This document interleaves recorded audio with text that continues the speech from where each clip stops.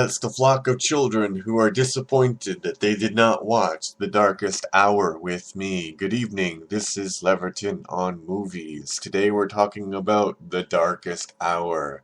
The darkest hour of viewing you probably will ever watch. Darkest Hour is a 2011 Russian-American science fiction thriller film directed by Chris Gorak and produced by Timur incomprehensible, unpronounceable name. The American-based production depicts an alien invasion and stars Emil Hirsch, Max Minghella, Olivia Thirlby, Joel Kinnaman, and Rachel Taylor as a group of people caught in the invasion. The film was released on December 25th, 2011 in the United States. It's not a good movie. Let's just get this out of the way. This is not a good movie. I wouldn't recommend it. It does have some aspects which are kind of nice to it. One aspect that's nice, the first aspect that's nice is that Moscow is a great city. And I didn't say this in my review of District 9. I am so tired of disaster movies striking Americans. So Johannesburg was a great setting for that movie. It's kind of a heavy-handed treatment of apartheid, but apart from that, it's a really great movie. And I like Moscow as a setting for this movie, although there is a lot of product placement, especially of cars. So there's this apocalypse, but the cars are perfectly parked, and there's no problem with that. The special effects in this movie is wonderful. The whole idea of these space monsters, attacking people is great. That is the great part. And they had a scene on a submarine, which was pretty cool. So they had a lot of great visuals in this, but it didn't really make a lot of sense. Science abandoned this movie the moment they conceived of it, because basically you detect these monsters they're invisible basically, and you detect them because they interfere with electronic equipment. Now, okay, so you can see if they get car lights off or something, but they take this to a really weird extreme by covering themselves in light bulbs, but the light bulbs aren't connected to any electric circuit, so there's no way that it would work.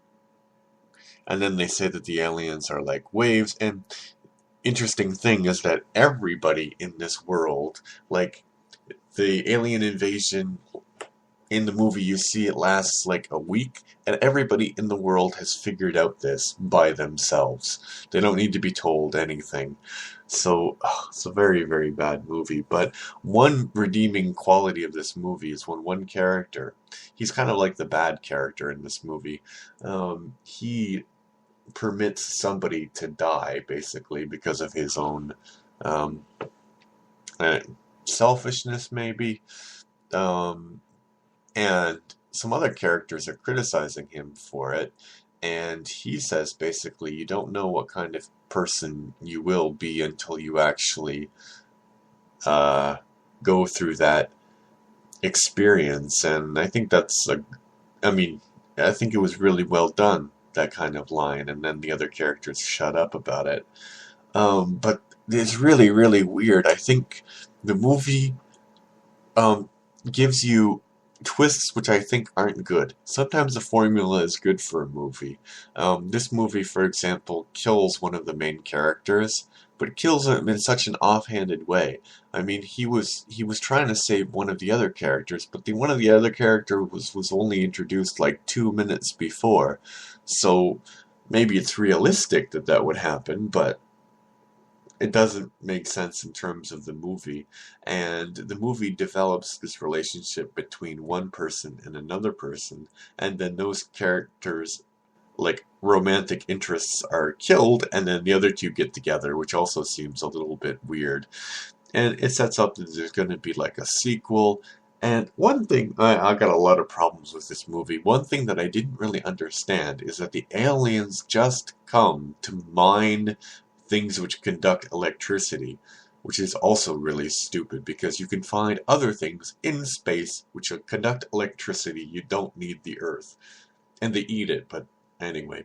And the aliens are waves, but more and more bad science. But the thing about the whole movie, which is really stupid, the aliens kill everybody on the planet, but they don't have to kill anybody because they're invisible. They could, if they have to mine, they could just, start mining, and then the people are like, "What's happening?" That would be a much better movie. Maybe somebody will make that movie one day. I don't know. This has been Leverton on Movies.